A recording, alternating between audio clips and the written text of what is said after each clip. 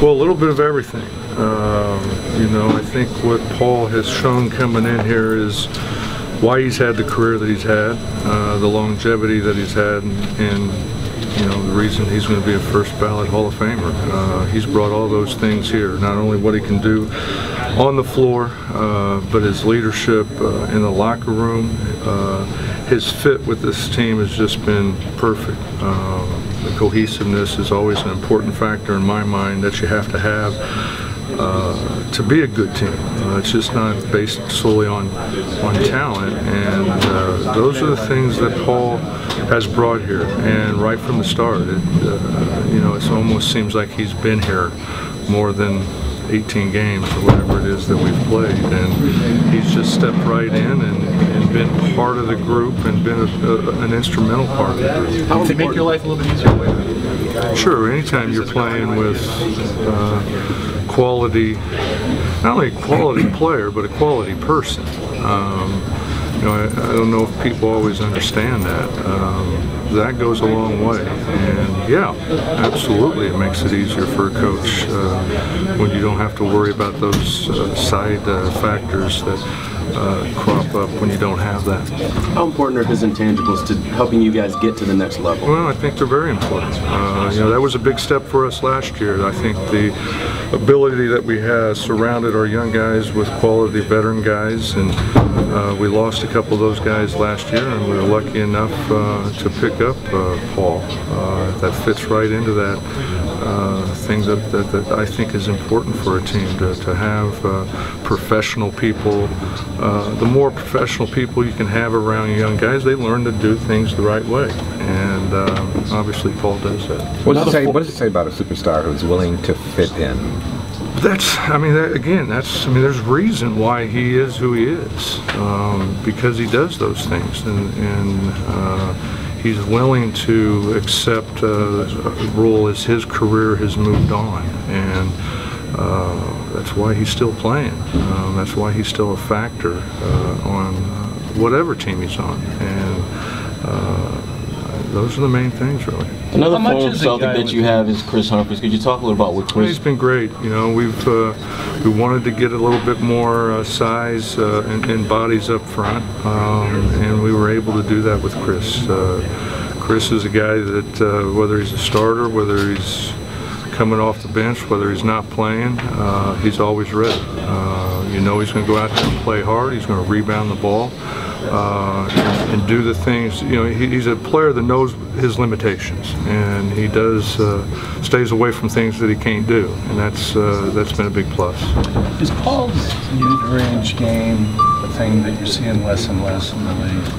His oh yeah, no question. Yeah, I mean, these so-called stat experts would rather have nobody shoot a two-point shot.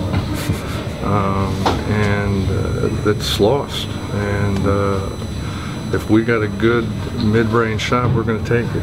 And that's my belief in it. And Paul, yeah, it is a little bit of a dying breed, the way the game is talked about. I think that's what, you know, so much is leaned on this.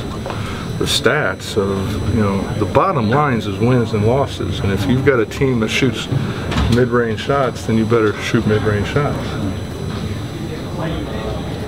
Does the mid-range open up other things? I mean, he's not only scoring from the elbow, I mean, he's also, you know, his pass. He's, you know, you're that much closer to the hoop. Well, he does a little bit of everything. Something that we haven't had at that position. You know, he can post up. He can shoot the three. He can play multiple positions. Those are the things that at that spot, since I've been here, we haven't really had the versatility that he brings to us at that spot. Has he talked about coming back here at all? Not to me a lot. I think, you know, this has obviously got to be special for him. Doesn't matter where he's at. You know, he spent, what was it, 15 years here, and won a championship. So anytime you spend 15 years in a place, it's always going to be a special place for you. So I know, you know, in his heart that he's looking forward to this game. How much did you guys need that veteran element of Paul? And Well, and Miller again, and yeah, guys well, like that? that's what I was talking about last year. We did have that, and we picked Andre up in a trade late in the season, which was instrumental in helping us. And we had an Al Harrington, who we don't have now, and Paul getting Paul kind of fit into that. So, you know, that was very important. How often does Paul use the word championship behind closed doors when you guys are talking and just with Well, the team? he really talks more about building and doing things the right way to get to that point. He doesn't use, you know, I've won a championship. We got to stay focused in what we're doing and continue to build to get to that point. And that's his main focus.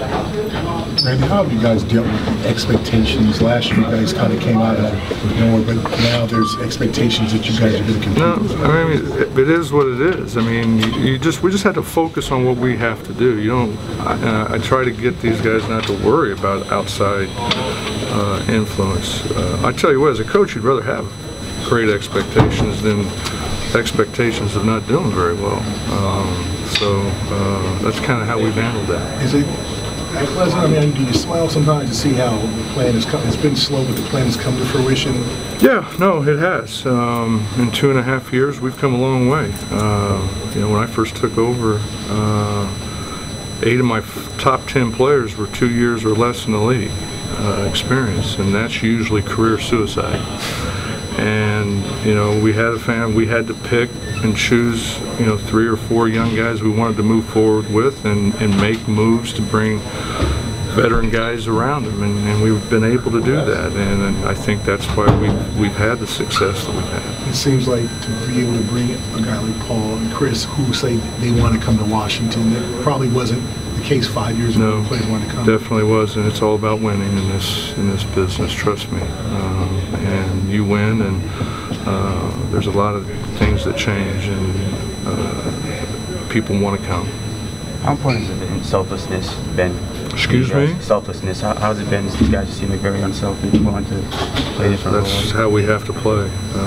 You know, we're not a team based on 1 or 2 guys.